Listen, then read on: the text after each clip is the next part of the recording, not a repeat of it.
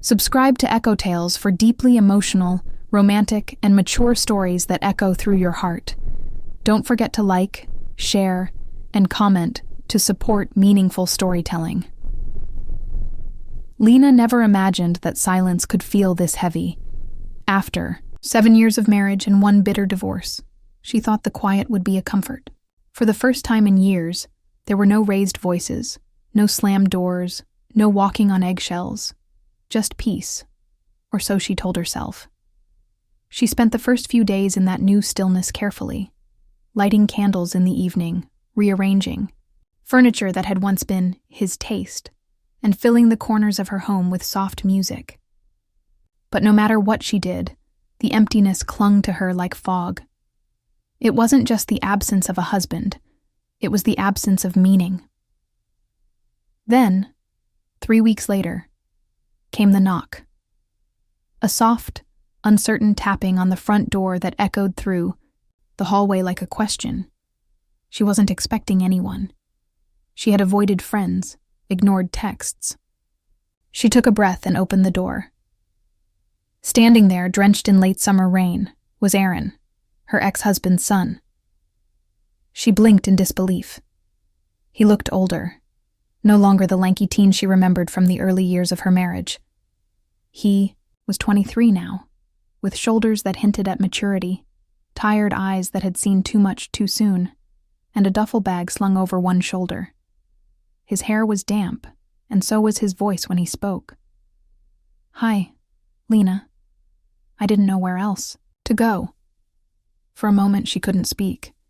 She hadn't seen him in over a year. After her marriage had started to unravel, Aaron had slowly drifted out of their lives, swallowed up by college and his own quiet grief. His father, Lena's ex, had never been good at fatherhood, and once the marriage ended, he'd barely kept in touch with his own son. My lease ended. My mom moved to London last spring. I tried calling my dad, but... Aaron hesitated, eyes dropping to the floor. He never got back to me. Lena opened the door wider without thinking. "Come in, you're soaked." As he stepped inside, she felt an unexpected warmth spread through her chest. A flicker of protectiveness, maybe even affection. Aaron had never been hers by blood, but during those early years, she had made his school lunches, helped with his science projects, stayed up late worrying when he missed curfew. She had cared, deeply, maybe more than she realized back then. She handed him a towel and tried to still her racing thoughts. Was it strange to let him stay? Was this temporary? What would people think? But the truth was, she didn't care. Not in that moment. All she saw was a young man who had been abandoned too many times, who had come to her not because he had many options, but because somewhere deep down, he trusted her. Aaron smiled faintly, and it was like a memory coming back to life. "Thanks," he said. "I'll be out of your hair in a few days. Just need to get back on my feet." Lena nodded, but her voice was gentle. No rush. She set up the guest room that night, laying out clean sheets and placing an extra blanket at the edge of the bed.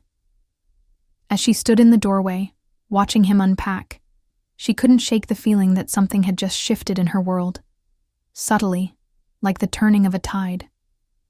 She thought she had already closed that chapter of her life, but sometimes the most unexpected knock at the door is the beginning of a story you never saw coming. The first few days were quiet, polite exchanges over breakfast, shared silence in the evenings. Lena wasn't sure how to be around Aaron anymore. He wasn't a child who needed parenting, nor a guest who kept to himself. He moved through the house like someone trying not to take up space, and yet his presence lingered in every room after he left it. Aaron found a job surprisingly fast, a junior position at a local tech firm. He was gone during the day, but every evening, Lena would hear the front door open around 6, followed by the soft clink of his keys in the ceramic bowl by the door. It became a kind of rhythm, the sort she hadn't realized she missed. Someone coming home. They started having dinner together, at first out of courtesy, One night she cooked too much, out of habit, and offered him a plate. The next night, he brought home Thai food. Then came laughter over a burned casserole. Little things. But little things, as Lena had learned, could become everything. There was a comfort in their routines, but also a strange tension. Not awkward exactly, but aware. Lena started noticing details she hadn't before. How Aaron listened carefully when she spoke, even about small things. How he waited for her to finish her tea before suggesting they clear the table. How his gaze sometimes lingered just a second too long. It unnerved her. Not because she feared it, but because she didn't. One evening, just before sunset, the porch light went out. Lena, stubborn as always, fetched the stepladder and tried to replace the bulb herself. She hadn't counted on the wobble. Just as her foot slipped, she let out a small gasp. And Aaron was there. His hands caught her waist firmly, steadying her before she could fall. They both froze. Her hands were on his shoulders, his breath close to hers. The warmth of his touch lingered long after he pulled back, and her cheeks flushed before she could pretend otherwise. "You should have waited for me," he said quietly, half scolding, half amused. "I've changed that bulb every year on my own," she replied, trying to keep her tone light. "Still," he said, looking at her, really looking. "You don't have to do everything alone anymore." Lena didn't know how to respond to that. So she didn't. She turned away, brushed invisible dust from her jeans, and mumbled something about dinner. But the moment sat between them like a held breath. Something had shifted again. From that night on, the air between them felt different. Words carried weight. Silences felt full. There were glances, not always long, but never meaningless. The kind of glances that hinted at thoughts better left unsaid. Lena found herself wondering what he was thinking more often than she liked. She'd catch herself smoothing her hair before dinner, or lingering in the hallway a moment longer after they said goodnight. She told herself it was nothing. Just gratitude, just comfort, just something harmless. But deep down, a quiet truth had started blooming in the space between their shared meals and exchanged glances. A feeling she hadn't felt in years. Not with his father, not with anyone. She didn't know what it meant, and maybe she didn't want to know. Yet every time Aaron looked at her like she was seen, not as someone's ex or a woman left behind, but as Lena, she felt something. Inside her stir, something she wasn't sure she had the strength to silence. The rain came softly at first, like a whisper against the windows. It was one of those long, lazy Friday nights, the kind that wraps around you like a blanket and won't let go. Lena couldn't sleep. Her thoughts were too loud, circling around things she couldn't quite name.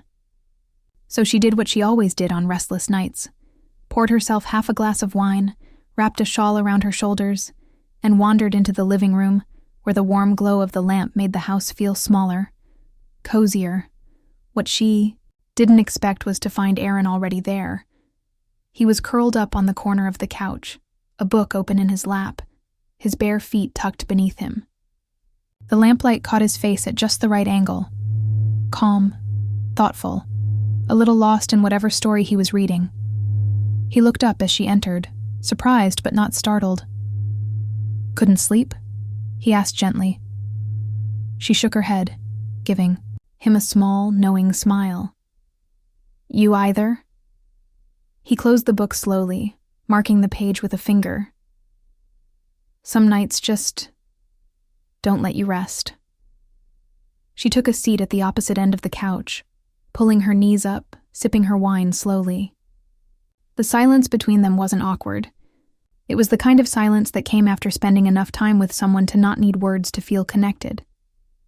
After a few quiet minutes, she handed him the wine glass without thinking. "Want some?" He looked surprised but took it, sipped, and gave her a small smile.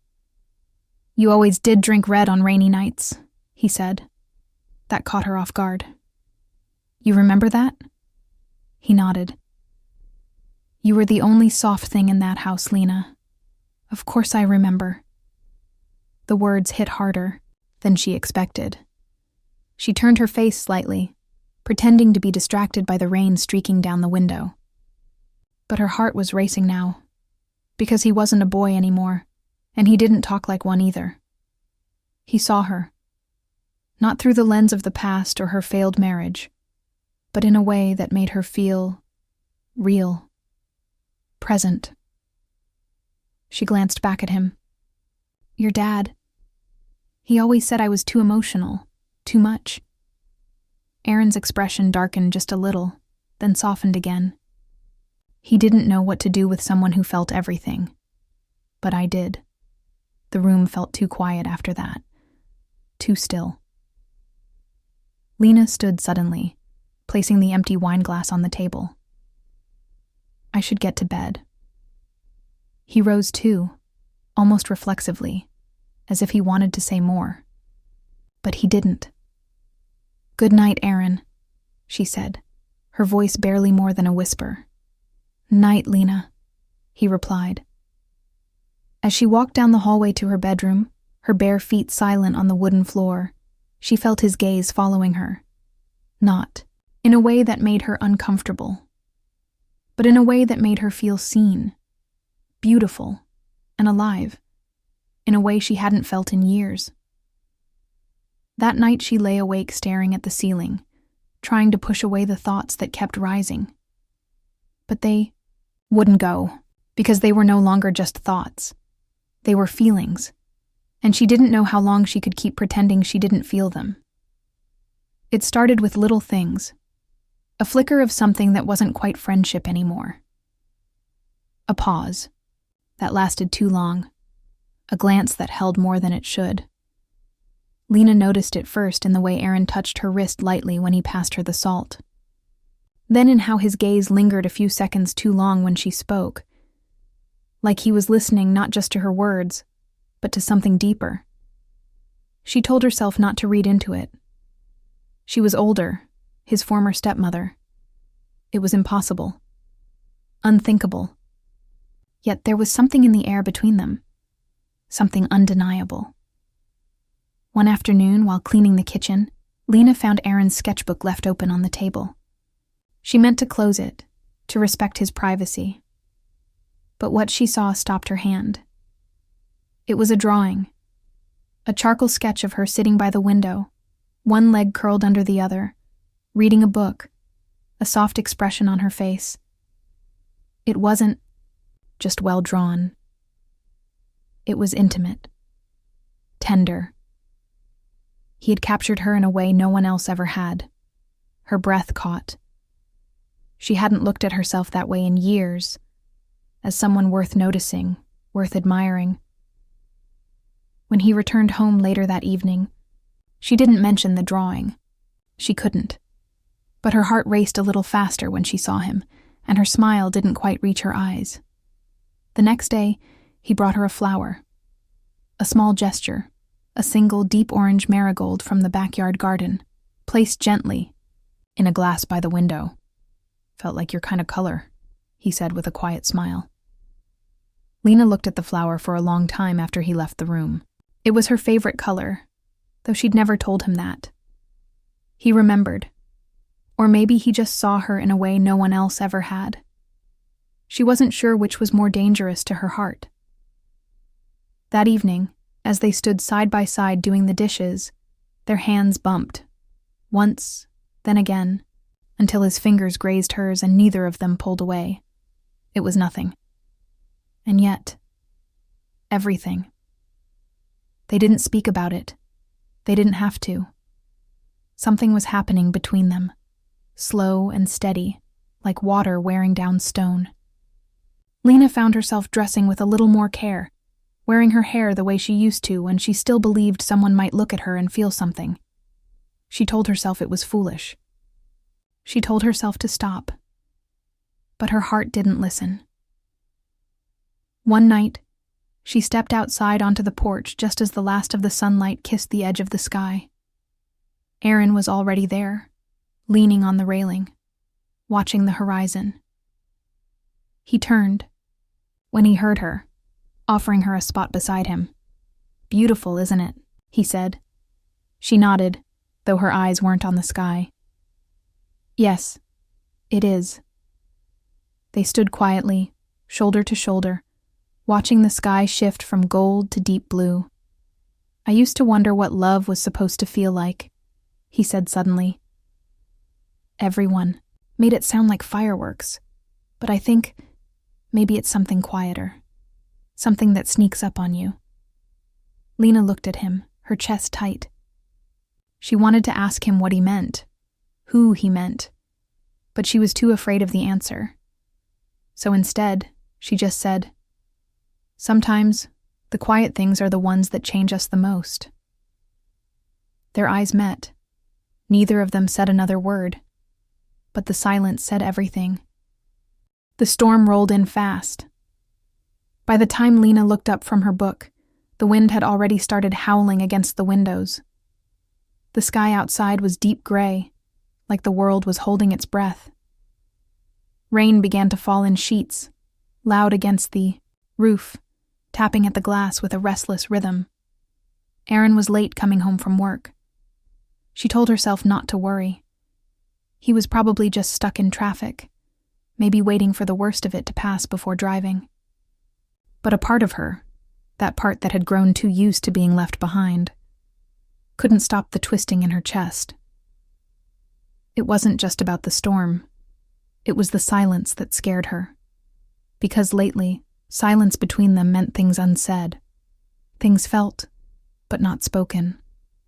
Things that were getting harder to pretend didn't exist. When his headlights finally lit the driveway, she breathed again. He came in soaked, water dripping from his coat, hair clinging to his forehead. She rushed to meet him with a towel, scolding him lightly, her voice a mix of relief and irritation. He just smiled, pulling off his boots. "Storm caught me halfway," he said. "Didn't want to call while driving." "You could have texted. You would have still worried." She paused. He was right. He dried off and changed into warm clothes while she reheated the soup she'd made earlier. They sat in the kitchen, the storm outside like a second presence, wind roaring past the walls like waves against a ship. It was oddly intimate. Two people sheltered inside, the world dark and wild beyond the windows. After dinner, the lights flickered, once, twice, and then went out. Lena let out a soft sigh. Perfect. Aaron found a flashlight and lit a few candles. In the soft glow, everything looked different, gentler, quieter. Shadows danced along the walls like memories. They moved to the living room, wrapping themselves in blankets, the heat of the candles and the nearness of their bodies enough to hold off the cold. For a while they talked. About little things. His job, her garden plans, the way storms used to scare him as a boy. But then the conversation drifted deeper. "Do you ever think about how strange it is?" Aaron said suddenly. Lena turned. To him, her brows lifted gently. "What is? This, us, being here, after everything?" She nodded, her voice soft. "Every day." He looked at her for a long time. "It doesn't feel wrong to me." Her breath caught in her throat. "Don't know what this is yet," he continued, "but I know it's not nothing." The storm cracked loudly outside, like it was echoing the truth in the room. Lena's heart pounded. Her fingers gripped the edge of the blanket. "Aaron, I know I'm younger. I know what people would think, but I don't care." His voice was low, steady. "You were the only person who ever saw me, really saw me. And now, I see you." Her eyes shimmered. She wanted to speak, to push him away or pull him closer. She didn't know which. But the air between them was electric now. He leaned in slightly, not touching her, just close enough for her to feel the warmth of his breath. "I won't cross a line unless you let me," he whispered. Lena closed her eyes. And for a moment, one quiet, breathless moment, the world outside disappeared. Lena didn't sleep that night. Even after the storm passed, the house felt wrapped in stillness, the kind that settles after something important has been said. Her thoughts tumbled in the dark. Memories of who she had been, who Aaron was now, and what had passed between them on that couch, with only candlelight and silence bearing witness. He hadn't kissed her. He hadn't tried to. But something about the way he'd looked at her, with quiet certainty, with unspoken longing and deep respect, had shaken her more than any touch ever could. When she walked into the kitchen the next morning, Aaron was already there, barefoot, his hair messy, coffee brewing. The windows were open now. The air was clean, cool, touched with that soft scent the earth gives after rain. Everything felt new. "Morning," he said, glancing up at her. "Morning," she echoed, her voice still hoarse from sleep. "And something more." He handed her a cup without a word. She took it. Their fingers brushed, but neither of them pulled away. Not this time. For a while they stood by the kitchen island, sipping quietly. The weight of the previous night hung between them, but not uncomfortably. It wasn't tension. Now, it was anticipation. "I meant what I said," Aaron finally spoke, setting his cup down. "I know how this looks. I know what it sounds like. But I also know what I feel." Lena stared at the swirl of coffee in her cup, heart pounding. "You're not just confused?" "No," he said gently. "I've had a long time to understand. How I see you. It didn't come out of nowhere." She met his gaze then, and something inside her broke. Or maybe it was finally being made whole. "I've spent years building walls I didn't even know I had," she whispered, telling myself I was done with love, that what I had was enough, a house, quiet days, safety. But then you came back, and everything started to feel alive again. Aaron stepped closer, careful, patient, eyes never leaving hers. "So what? Now?" She didn't answer right away. She reached up instead, brushing a strand of hair from his forehead, a gesture that felt more intimate than anything else they'd shared. Her hand lingered. "I don't know what this is," she said softly. "But I know I don't want to pretend anymore." His eyes flickered with emotion. Me neither. And then, finally, she kissed him. It wasn't rushed or desperate. It was gentle, certain, and real. A kiss that spoke of long winters and silent years, of quiet longing and hope reborn. It wasn't a firework. It was a sunrise.